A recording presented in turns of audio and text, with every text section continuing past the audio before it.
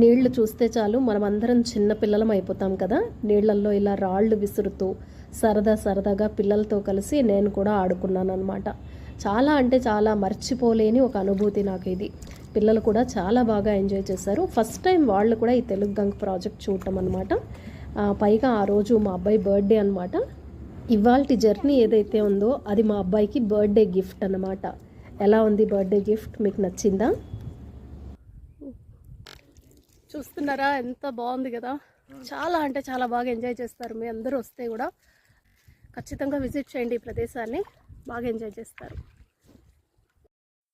మా పిల్లలు ఇలా నీళ్లలో ఆడుతూ ఉంటే చాలా సంతోషం అనిపించింది. ఇద్దరు కూడా చాలా ఎంజాయ్ చేశారనమాట.